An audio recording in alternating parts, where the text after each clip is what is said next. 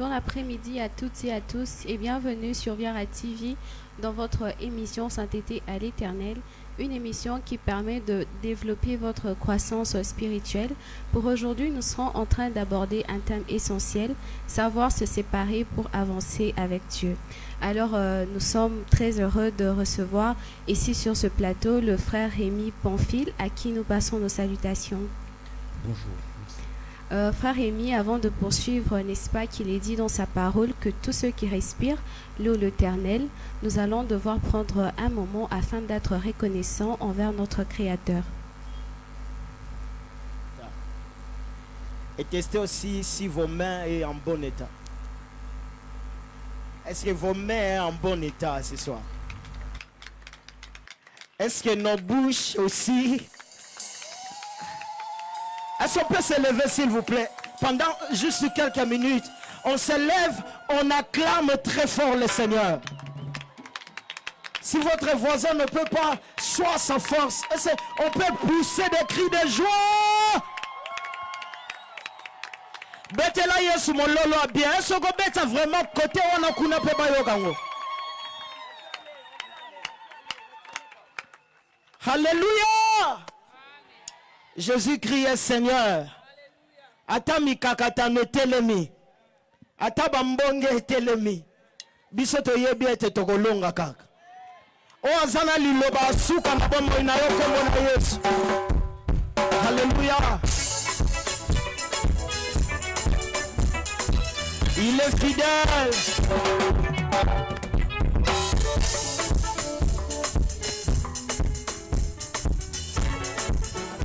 Chanter ensemble.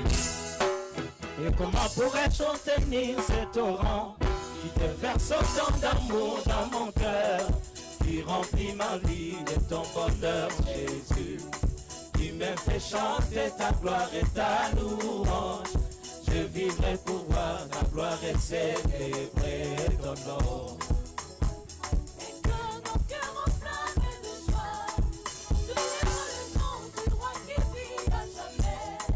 Que tout l'univers acclame les ressuscités. Et Jésus est Seigneur, que tous les hommes le proclament. Il est le roi. Il est le roi de rois. Chantons la louange à la gloire de Jésus. Il est le soleil qui éclaire mon âme. Il est le roi que mon pays adore. Jésus est ma joie, il est ma consolation, il est le roi.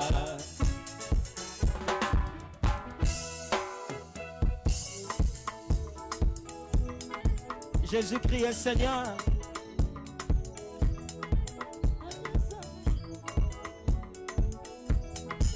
Nanyazana liloba oye pesa kabomoy.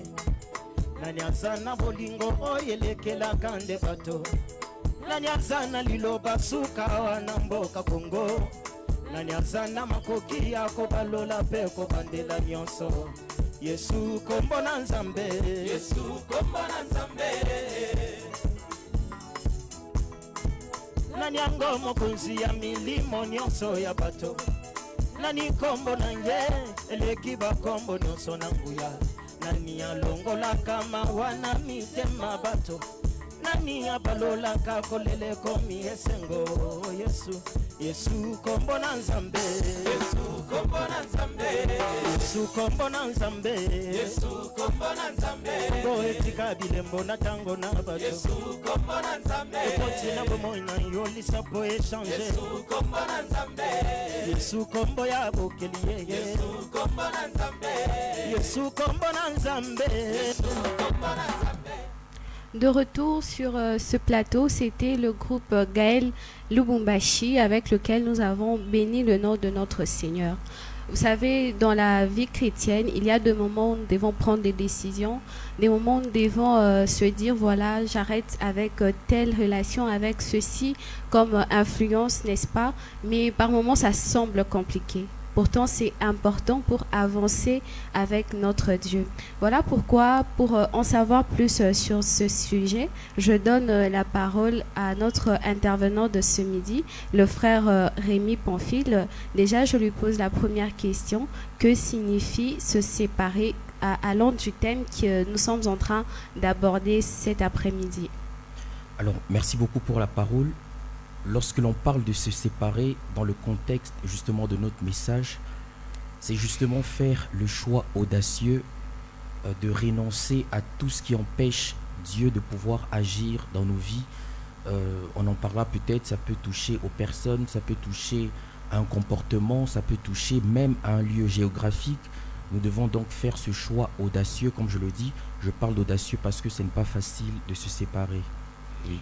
Et pourquoi il est parfois nécessaire de se séparer pour, n'est-ce pas, avancer dans la marche avec Dieu? Alors, la séparation est très nécessaire justement parce que, étant donné que notre message s'est basé sur l'expérience d'Abraham, Dieu dit à Abraham, quitte ton pays, quitte ta patrie, etc. Mais on va remarquer à la fin, lorsque Abraham se sépare d'avec Lot, la Bible dit, lorsque Abraham sut séparer d'avec Lot, l'Éternel dit à Abraham. C'est comme pour dire que aussi longtemps qu'il était avec Lot, même la communication avec Dieu peinait justement à être rétablie. Donc il est important parce que la séparation permet à Dieu de nous introduire dans la nouvelle étape de notre chemin. Et hormis Abraham, est-ce qu'il y a-t-il d'autres passages ou personnages bibliques qui peuvent nous motiver à nous séparer avec certaines choses pour avancer avec Dieu? Alors, il y a plusieurs exemples. On peut citer Joseph, mais je crois que le cas de Moïse est plus illustratif. La Bible dit de Moïse qu'il refusa d'être appelé le fils de la fille de Pharaon. Il va donc se séparer des privilèges, des honneurs, de l'attachement à l'Égypte pour chercher, ou du moins pour chercher Dieu, mais choisir un chemin qui semblait difficile, mais qui l'a conduit justement à sa bénédiction. Est-ce qu'il y a-t-il un processus de séparation? Effectivement, la séparation a un processus. Si je prends justement le cas d'Abraham, qui est notre modèle, premièrement, nous avons l'étape de la révélation, parce que c'est Dieu qui exprime le vœu que Abraham puisse se séparer. Nous devons ressentir justement dans notre cœur ce cœur qui bat par rapport à une situation, une circonstance, et nous pousser justement à ce détachement. Après cette étape, nous avons l'étape de la décision. Après que nous ayons reçu justement la révélation de quitter, nous devons faire le choix audacieux de répondre à l'appel de Dieu. Après la décision, nous avons la période de transition. Et c'est dans la période de transition justement où nous sommes éprouvés par rapport à ce que nous allons sentir au-dedans de nous comme conséquence de la séparation, parce qu'elle n'est pas facile, je l'ai dit. Et finalement, nous avons la transformation que la séparation amène. Est-ce que dans ce processus, il y a des étapes nécessairement à pouvoir respecter pour, n'est-ce pas, aboutir à une bonne séparation? Voilà, les 4 étapes que nous avons données sont des étapes clés nécessaires à respecter, parce que si, même quand Dieu va justement appeler Abraham à se séparer, il va quitter, vous allez vous rendre compte que étrangement Dieu ne lui demande pas de se séparer de Lot de manière explicite. C'est-à-dire que c'est justement ça l'étape de transition. C'est-à-dire je me sépare et Dieu commence à m'observer dans ma manière de me conduire. C'est pourquoi certaines personnes, par exemple, se sont séparées de leur ancienne vie, ils ont donné leur vie à Jésus, mais il y a une étape de transition et malheureusement beaucoup commencent à rétrograder justement dans cette étape lorsqu'on est justement nostalgique de notre passé, et Abraham a été un exemple aussi négatif un peu dans ce sens-là. Et parmi ces processus, est-ce qu'il y a des étapes qui semblent plus importantes ou qui semblent plus efficaces pour, n'est-ce pas, bien avancer? Alors, je crois que l'étape la plus importante, c'est juste l'écoute de Dieu. Parce que se séparer, dans le cas d'Abraham, a commencé par une instruction divine. La Bible dit, Dieu dit à Abraham, quitte. c'est cette écoute-là justement qui déclenche l'entrée de l'homme dans le processus du chemin avec Dieu, parce que nous parlons de savoir se séparer pour marcher avec Dieu. Oui. Ce n'est pas juste du développement personnel dans le sens où je localise par exemple quelles sont les attitudes qui ne contribuent pas à mon épanouissement moral, mental et tout. Non, non. C'est quelqu'un qui prend le chemin de marcher avec le Seigneur pour justement entrer dans la félicité divine. Puisque vous avez parlé de la transition, est-ce que, bon, je suppose que ces personnes n'ont vraiment pas encore une certaine croissance, une certaine maturité pour, n'est-ce pas, résister à certaines choses. Est-ce qu'il y a des obstacles que ces personnes peuvent rencontrer et la personne va facilement rétrograder? Alors, le plus grand obstacle dans cette période, justement, je crois, c'est la nostalgie. La nostalgie est liée à nos émotions et va jusqu'à nos caractères après que nous ayons développé parfois certains réflexes à cause de notre accoutumance avec notre ancienne vie. Et Abraham, Dieu lui dit quitte, Abraham quitte, mais il emporte avec lui Lot. Oui. Et c'est comme ça que plusieurs personnes, même dans la foi chrétienne, arrivent justement, ils ont donné leur vie à Jésus, mais on continue à voir en eux certaines manifestations, certains traits liés à leur vie passée. Alors c'est justement cette étape de transition où le Seigneur nous travaille encore avant de pouvoir avancer. Est-ce que les peurs ou certains attachements peuvent être des obstacles aussi qui vont, n'est-ce pas, entraver à une telle personne de rester dans sa vie quotidienne? J'aime l'expression peur que vous utilisez parce que, comme je l'ai expliqué, la séparation, le détachement n'est pas facile. Oui. Et on doit justement, parfois humainement aussi, voir la peur du camp, dira-t-on. Oui. Parce que essayer de comprendre Abraham, à l'époque, dans le contexte, il devait quitter la maison de son père, étant l'aîné. Abraham devait abandonner l'héritage de son père parce que dans le contexte juif, il devait hériter des biens de la parcelle et tout. Alors, comment les gens auraient pu penser que Abraham, abandonnant l'héritage de son père, si je veux un peu aller loin, abandonner l'héritage de son père voulait aussi dire faire taire ou éteindre la lignée de son père. Voilà, donc ce n'était pas facile, il y aurait des conséquences, les gens parleront, les gens se diront, etc. Et pour nous aussi, lorsqu'on accepte de se séparer, parfois il nous arrive d'avoir peur du regard des autres et tout. Donc cela constitue parfois certains obstacles. Est-ce que déjà que vous avez dit que c'était une façon en quelque sorte de faire taire la lignée ou l'héritage de son père, est-ce que l'entourage a une certaine influence sur notre séparation et dans notre marche avec Dieu? Alors l'être humain étant un être social, nous nous réalisons dans la société dans laquelle nous vivons et il n'est pas possible pour nous de vivre reclus. Alors naturellement, les influences externes peuvent aussi influencer notre perception de notre propre vie et parfois même de notre façon de regarder à Dieu. Alors se séparer ne veut pas dire fuir le monde dans le sens de la foule, mais se séparer des choses qui nous empêchent de marcher avec Dieu. Dans ce sens-là, lorsque ces personnes, par exemple, par leurs conseils, par leur attitude, ne nous permettent pas de pouvoir marcher alignés avec Dieu, nous devons apprendre à nous séparer. Est-ce que la communauté ou encore l'entourage peut, n'est-ce pas, aider ou encore peut soutenir ces genres de personnes à mieux avancer lorsqu'ils prennent la décision de se séparer avec certaines choses, certaines habitudes pour avancer dans la marche chrétienne? Psaume 133, le texte nous dit qu'il est doux, qu'il est agréable pour des frères de demeurer ensemble. Et plus loin, il ajoute, car c'est là que Dieu envoie la bénédiction, la vie pour l'éternité. Cela veut dire que même la manière dont Dieu nous bénit, quelque part, Dieu veut que l'on soit ensemble. Donc, j'ai besoin de l'un, l'autre aura aussi besoin de moi. Donc, la communauté, l'Église même, peut nous encourager justement à développer cet élan de fraternité entre nous. Même lorsqu'on se sépare du monde, je prends le contexte d'un païen qui se sépare du monde, qui donne sa vie à Jésus, qui intègre une église. L'église est une famille, justement, où il est soudé à un corps, non seulement au corps du Christ, mais aussi l'église locale, où il bâtit des relations fraternelles, qui pourrait aussi l'aider, comme on dit, que les forts soutiennent les faibles. Dans ces moments de faiblesse, il pourrait avoir le soutien dans la prière, dans l'exhortation, etc. Alors, merci beaucoup, frère Rémi Pamphile. Nous allons prendre, n'est-ce pas, un instant de pause, un moment de répit, et nous allons continuer avec cet échange.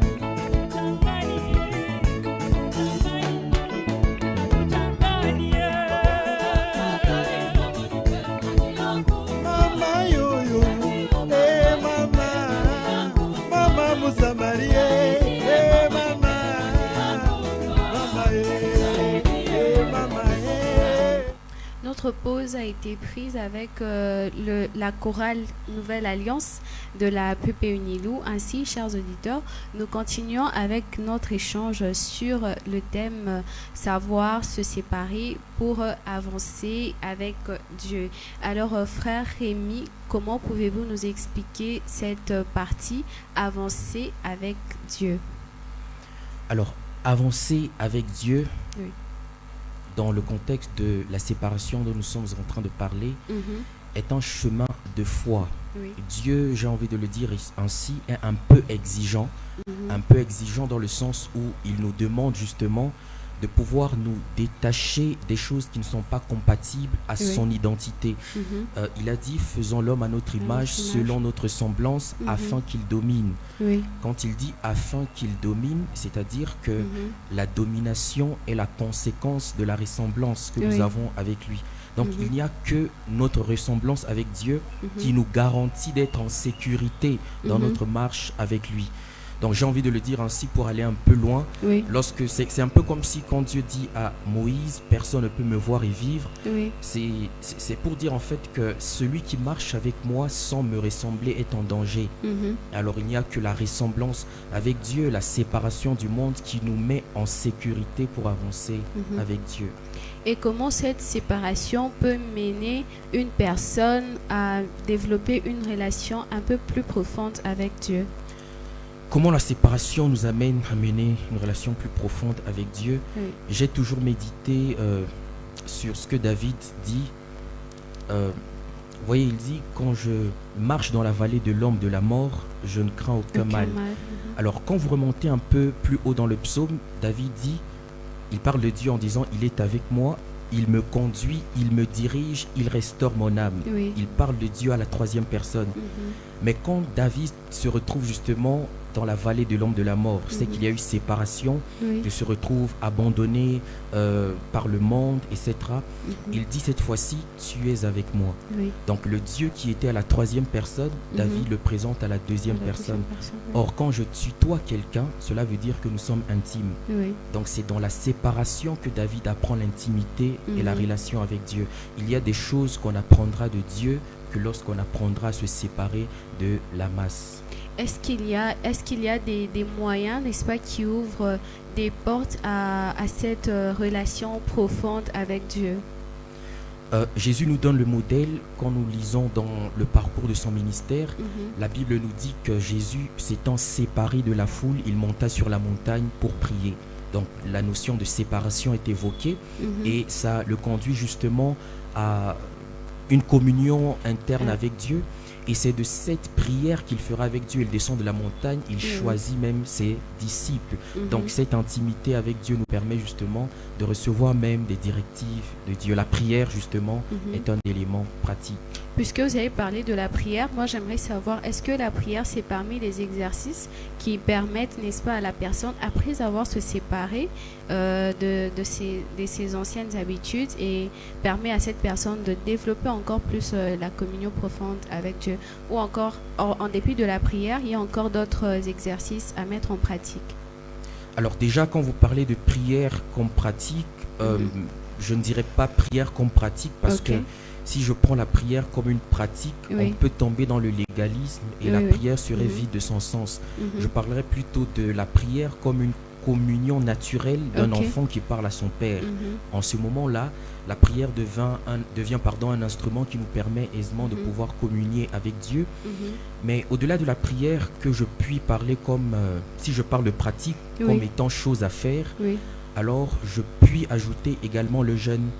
Parce que le jeûne est un élément important qui nous permet aussi de pouvoir lutter contre les désirs de la chair, la méditation de la parole de Dieu, et aussi le temps de consécration. Se consacrer va au-delà de la prière. Se consacrer veut aussi dire se disposer pour être utilisé par Dieu. Je puis prendre du recul aussi par rapport à la foule, pas parce que ce sont des pécheurs, non, parce que j'ai juste besoin de passer un temps seul pour méditer, réfléchir, et pour aller un peu loin, se séparer aussi demande de méditer aussi. C'est dans la méditation que Dieu va pointer justement sur les choses peut-être sur notre vie qui ne vont pas bien. Parmi ces choses, est-ce que la retraite en fait partie? Parce qu'il y a ces personnes qui se disent sans la retraite, je ne me sens pas très bien sans la retraite. Bon, il y a des gens qui jeûnent, il y en a qui prient, mais il y en a qui se sentent encore un peu plus confortables lorsqu'ils prennent de temps de retraite personnelle. C'est très bien. C'est au-delà de la spiritualité collective que nous développons à l'Église par des programmes collectifs, il est aussi important justement d'avoir une... je ne sais pas si le mot spiritualité est à sa place, mais d'avoir une relation personnelle avec Dieu et prendre un temps de retraite personnelle est très important. Mais je veux juste qu'on ait l'équilibre de ne pas tomber dans le légalisme, c'est-à-dire prier parce que le chrétien doit prier, entrer en retraite parce que c'est chrétien de faire une retraite, mais celui qui le fait manque de profondeur et de communion avec Dieu. Alors, frère Rémi Pamphile, dites-nous quel message aimeriez-vous transmettre à toutes ces personnes qui sont en train de suivre ce message et même celles qui suivront ce message après?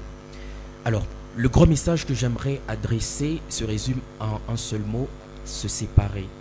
Nous avons compris au travers de l'exemple de Abraham que celui-ci va se séparer. Dieu lui dit quitte ton pays, ta patrie, la maison de ton père et va vers un pays que je t'indiquerai. Cela veut dire que l'introduction vers la nouvelle saison commence par la séparation d'avec une ancienne. Et Dieu ne badine pas sur ses principes. Tu dois te séparer pour pouvoir avancer. Lorsque tu regardes ta vie, peut-être tu pries, peut-être tu jeûnes, peut-être tu cherches Dieu, mais tu n'obtiens pas peut-être une solution. Tout n'est pas toujours question de prière, exaucement. Peut-être tu dois lâcher prise par rapport à quelque chose pour avoir exaucement. Merci beaucoup, frère Rémi Pamphile. Et là, nous vous donnons, n'est-ce pas, un instant pour un mot de la fin. Vous avez un message particulier en dépit de ce message que vous venez de transmettre à nos auditeurs? Je voudrais parler à un jeune, surtout peut-être dans les cités universitaires, qui vit au milieu de toute la pression que connaissent les étudiants, que ce soit les hommes, que ce soit les femmes, de pouvoir se séparer d'avec les habitudes collectives. Tu es un enfant de Dieu, tu es une lumière au milieu des ténèbres, tu es appelé à te distinguer, à marcher dans l'intégrité. Accepte de suivre ce chemin que le Seigneur te trace, c'est-à-dire te séparer, et il n'y a personne qui a suivi le Seigneur et qui l'a regretté après. Merci beaucoup, fidèles téléspectateurs et chers auditeurs. Aujourd'hui, nous avons parlé sur l'importance de se séparer pour avancer avec Dieu. Et notre intervenant a dit qu'il faut éviter, n'est-ce pas, de rentrer dans tout ce qui est d'habituel pour se dire, voilà, puisque les chrétiens font, moi aussi je le fais. Il faut avoir la conscience personnelle de ce que nous sommes en train de faire, de ce que nous sommes en train d'offrir à notre Dieu. Alors, la séparation n'est pas simplement un acte voilà, de renoncement, mais c'est aussi un acte qui voilà, ouvre une voie vers une communion profonde avec notre Dieu. D'ailleurs, le message, on nous a donné plutôt l'exemple d'Abraham et beaucoup plus celui de Moïse qui devait se séparer de Lot. Ainsi, nous vous encourageons, n'est-ce pas, à réfléchir sur ce que vous devez laisser derrière vous. Vous devez abandonner. C'est vrai, c'est difficile, c'est vrai, c'est compliqué. Par moments, il y a de relations, on se dit, une fois que j'abandonne cette relation, une fois que je mets fin à cette relation, je ne sais pas qui je serai demain, mais laissez-moi vous dire cet après-midi qu'il y a un Dieu, n'est-ce pas, qui est là pour rassurer son peuple et qui assure toujours tout ce qu'il dit dans sa parole. C'était là l'émission Sainteté à l'Éternel avec l'intervention du frère Rémi Bonfil qui est membre du département de la jeunesse et culture chrétienne. La réalisation de cette émission a réussi avec la collaboration du frère Moïse Souzou et le frère Timothée Kalombo, évidemment sur la coordination du président Héritier Ndoukate, président du département de presse et communication. Il est difficile de clore ces instants sans remercier le responsable de notre paroisse, le révérend Kalombo Moukoulou Kasongo, le révérend Kasongo Banzameso, ainsi que tout le conseil paroissial. À vous tous qui nous avez suivis, nous vous disons aussi merci de nous avoir rejoints sur Viara TV. Nous vous donnons rendez-vous à très bientôt sur Viara TV. C'était Mélissa Owenga à l'animation. Que la grâce et la paix de notre Seigneur vous accompagnent toujours.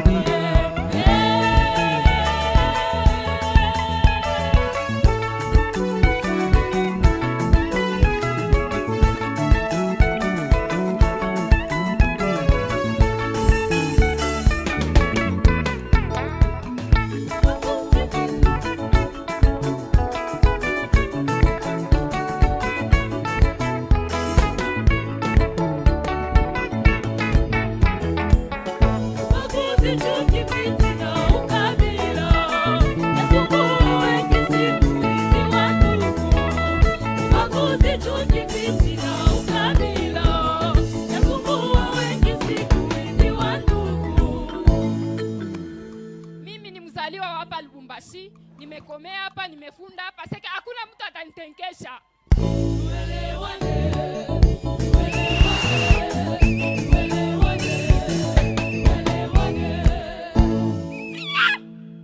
Inanji mwikala pana pa Lubumbashi, takuru muntu akumwenenena, takuru muntu akungentimide, nebo njwa pana pa Lubumbashi, njwa pana pa Lubumbashi.